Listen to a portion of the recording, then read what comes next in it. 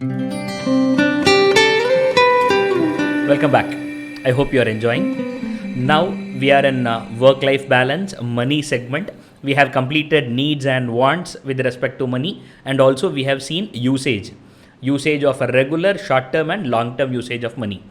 Now in this video, we are going to see about earning partners, that is both husband and wife working, and action plan. This is what we are going to see in this video.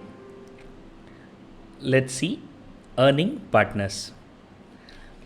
One thing I want to make it clear before we enter into this topic. If you say working partners, then housewives are not working. Obviously, no. We have already discussed this a lot before. So, working partner means here with respect to money. Definitely, mothers and housewives are not working for money. So, therefore, here what I mean is earning partner, that is a partner who is working for money. And here both the partners are working for money. In that situation, what are all the things we need to keep in mind with respect to money is what we are going to discuss. Now and then, there are some plus and some minus. If your father and mother are working from your childhood, then you will know the value of a working woman managing family and job. But if your mother is not working and if your mother is a housewife, then definitely you might not have that experience of seeing a working woman managing family and house. So this experience will influence you in managing your family with your working partner. I want you to understand the basic reasons why we get conflict in our head in the first place. We always try to compare our own family, our own mother with every respect of issues which happens in our family. So all our expectations and all our fears and all our happiness is predetermined by our own past experiences to large extent. The second dimension is time has changed. We need to understand the approach of parenting, the approach of society, the exposure, all these things drastically changed the entire lifestyle of our people. Our mother and our father, how they were brought up, were nowhere compared to the present generation's parenting. So we were completely brought up in a different way. We were completely focused on studies. We were never given opportunity to explore about a life or happiness or joy or fun. Most of the time, our target was about IIT or entrance exam or 10th or 12th or competition, class exam, parents meeting. This is what a large amount of our life was filled with. Unfortunate, but that is true, and that is why Mile is working on life education. So definitely our mother can't be compared with anybody today. Our father can't be compared with anybody today because both are completely different generations. So keeping that in mind, we need to understand time has changed and we need to have a different approach to address the problems which we get in today's life. Though the past generation might also have both the partners working, and today also we may see both the partners working, but the problems what they faced and what we faced must be completely different based on the gap in the generation. The last one is both has its own plus and minus. What both? Father and mother working, only father working, or only mother working. To some situations that also happen. One of my friend is not working but his wife is working and she got placed in some foreign country and he's just there as a house husband. And he left his IT job and he moved there to help his wife follow her dream, right? So there are people, right? So let us take for the time being when both husband and wife working and any one person working, both the case will have plus and minus in their own way. We need to value it. Let us not generalize based on feminism or any other thing. Let us accept as it is and let us see the plus and minus of all sides. Money psychology. Big reason for confusion and disturbs intimacy. I don't want to blame gender because we have already discussed in partner intimacy program a very detailed 2 videos or 3 videos on gender itself. So how gender is determined, a physical gender and a psychological gender, how we all are combination of two genders, and how our attitudes, intelligence, our approach, our thought process all are influenced by our psychological gender. We have discussed a lot. So therefore I have no doubt when I discuss about money psychology or gender at work, you won't get confusion. But all these things are told, but we need to understand the nature of money. Money has its own quality. Generally I speak, there are some exceptions here and there always. When we possess more money, when we control money, when we hold money, it gives a different kind of a happiness and a different kind of a ego. It gives a different kind of a safety and a space for our own self. And obviously we know using money we can accomplish so many things. We can decide, we can move, we can buy, we can also get respect from different people. So definitely money influences our psychology, whether you are a male or female, whether you are a husband or wife. This we need to first understand. Now, what confusion money can bring? We assume that because of money all these things are happening. This is one confusion possible, where we might not change, but because we possess more money, people will think, not only partner, people will think that we are egoistic, we are doing all these things because we have more money, blah blah blah. This is one origin of confusion, which is not real but an illusion, right? The second possibility is, because of money you get influenced intellectually and emotionally, and you differentiate people and things based on money, knowingly or unknowingly. Your casual comment or your casual statement may create so much of confusion among your loved ones. You might have casually told, for your birthday I'll buy, but the attitude, the approach, the way we said, the way we responded so quickly may create turbulence in others' mind if we don't address this money psychology properly. Let us discuss about how to handle, how to understand all those things, but let us just keep this in mind, back of our mind. The money has its own psychology which can influence our personality. It is after marriage, before marriage, no, that doesn't make any difference. If you start getting control over money, then that control over money will have its own influence in your thought process or intelligence, and not for everybody, but to large extent many people. The second one is, it disturbs intimacy. Why? Because there is no difference between a husband and wife when it comes to physical body, because they both become one, and also they are under one roof and they are husband and wife, therefore they all are a pack. Whereas many a times in families, what we see is, based on their salary, based on their status with respect to money, the differences starts happening. If they don't address this issue properly, if they don't know how to handle this issue properly, and who sacrifice what, who do the expense for what, and all these things create confusion. And because of all these confusions, the intimacy breaks. They get continuous disturbance among the intimacy. So whenever the money topic comes, their intimacy reduces. They feel as if they are talking to somebody else. And when they don't talk about money, they will be normal and casual. I hope you understand this, right? Now, getting into the second dimension, financial freedom. You both agree, right? You agree to the both safety and individuality. Yes, definitely everybody should have financial freedom for the security reasons, for the safety reasons, and money gives a security, though it is not the ultimate security, but still to large extreme it gives so much of safety and comfort, and that is good. Even for all housewives, there should be a money kept for emergency usage, and that gives strength. And that is why in ancient India, for women, they gave so much of gold, so that the very wearing gold will give them so much of happiness and safety, because gold is very valuable. Individuality is something which is connected with the two concepts: selfishness and ego.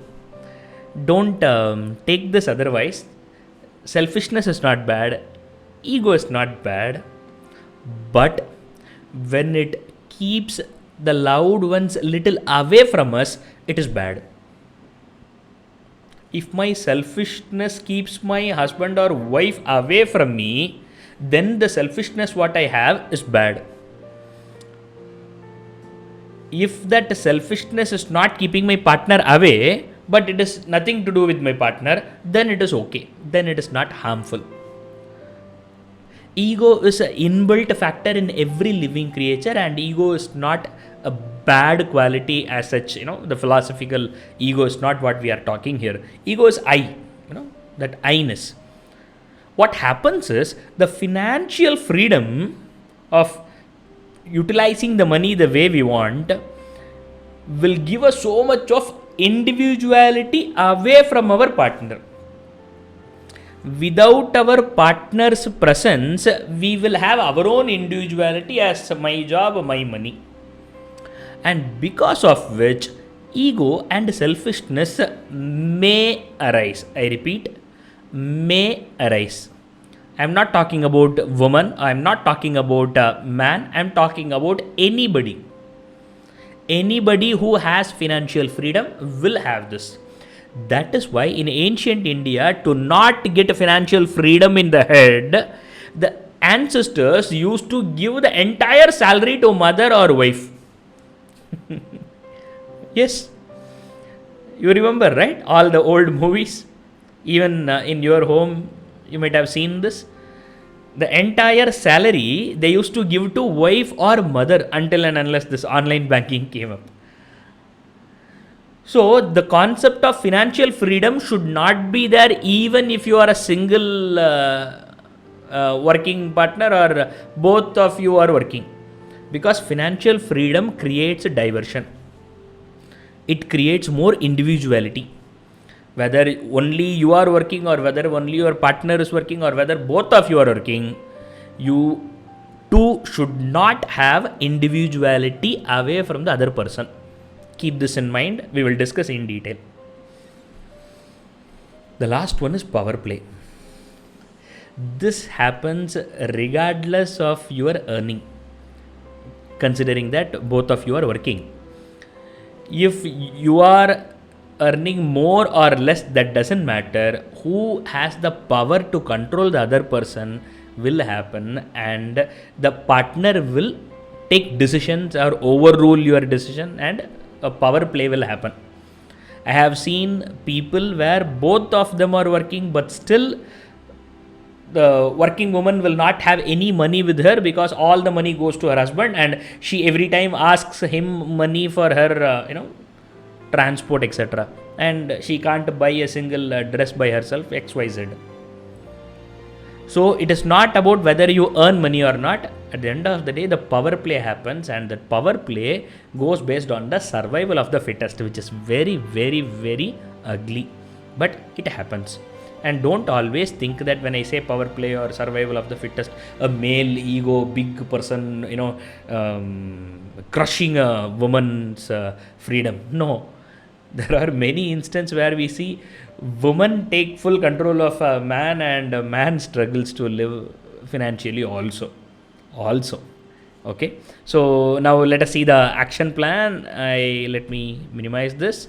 Okay, so 3 things we are going to see in action plan. The first one is topic to be discussed and to be considered, and then definitely to be done.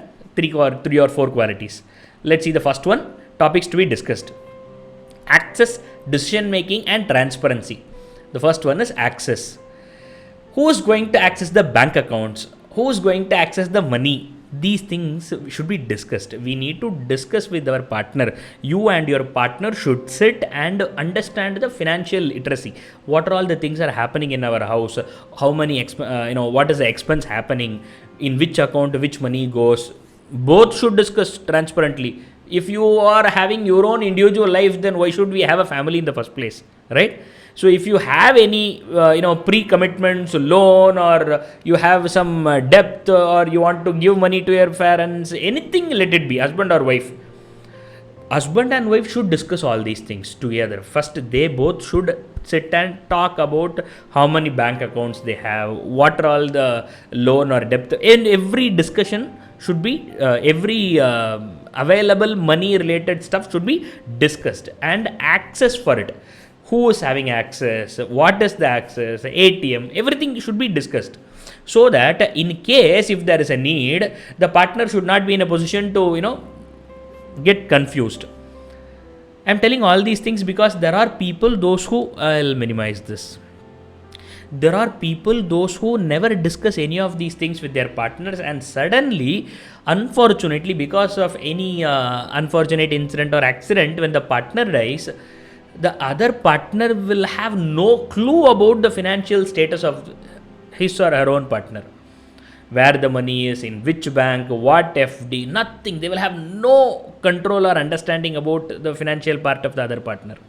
So such a situation should not happen, whether both are working or only one partner is working. Regular expenditure, special purchase, big purchase, everything should be discussed together. Individually, because you have money in your account, you could not take the liberty to purchase anything without consulting with your partner, whether it is a husband or wife. You need to discuss with your partner for every small or big thing which makes your intimacy with your partner more. It should be not like a reporting, or it shouldn't be not like a getting permission, but it should be like a discussion. You should give that freedom to your partner, and also you should get concern from your partner. Yes, definitely not that everything will happen with the permission XYZ, I agree. But that effort should be there, and that guilt should be there, because I didn't, this thing I purchased without asking my partner. That feel should be there. That guilt is good, and that attitude of, checking with my husband or wife is good before making any expenditure. The last one is transparency. What is transparency? Whatever happens with respect to money, it should be informed to your partner.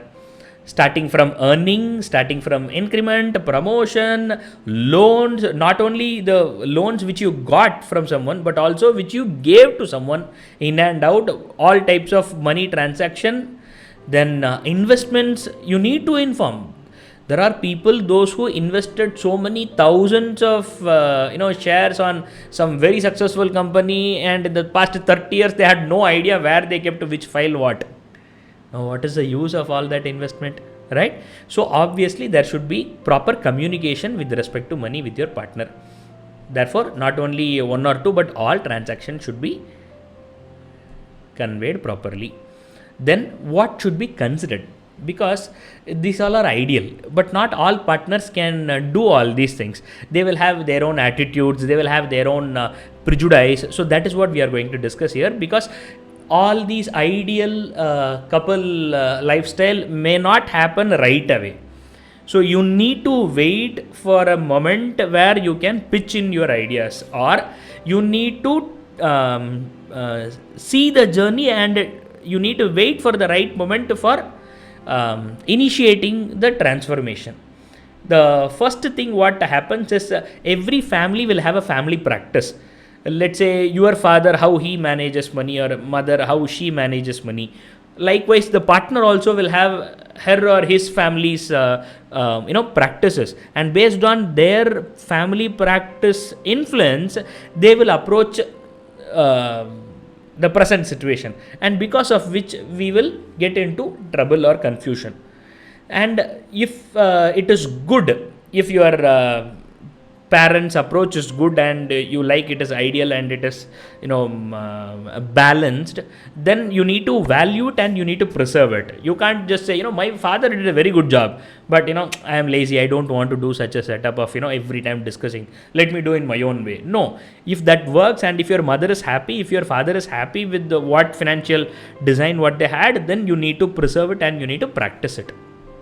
But if your mother is not happy, if your father is not happy the way how the money was managed in your house, then you need to gradually change whatever you got from your childhood. Because even though from my childhood I didn't literally control money, but now I have the ability to manage money, I should make sure that I should not do the mistakes which my parents did. In case if your parents were not the ones who were managing money properly. And this change should happen gradually. You should not rush by putting amendments. Supreme Court told it, therefore from today onwards. That kind of approach can't work with the family, because it is not about 1 day or 1 year or 10 years. It is about your life. Therefore the change also should happen gradually and you should not rush it.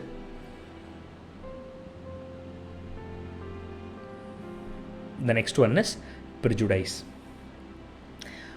Who is not left out with prejudice? By watching a movie, by hearing a story, by hearing a rumor which may not even true, we are continuously getting prejudice. And because of these prejudice also, we may behave differently, or our partner may behave differently when it comes to money. Fear, trust issues, gender bias, and all these things. Let me go one by one. Fear. Let's say first one is fear. I remember before my marriage, when they searched different people for me to get married, different person, there was one girl who was talking to me before marriage proposal, right? The boy and the girl talk. So that time I spoke to this girl. She's from Mumbai, and this girl told, Shankar, I need to be financially, independent. And I asked, what does that mean? Then she told, I need to be, safe if you die tomorrow suddenly. I was shocked to hear the statement. She was bluntly saying on the very first talk within 2 minutes that if you die tomorrow, then I need not worry about the financial situation. Therefore, I should have a financial independence. So this is what she said. And this thought of mile and the family psychology, all these stuff started long back, right? So I was so curious to know the origin of such a thought. How can a girl think about husband's death के बाद क्या होगा? So इसलिए मैंने क्या करना है? So how can a woman think such a thing?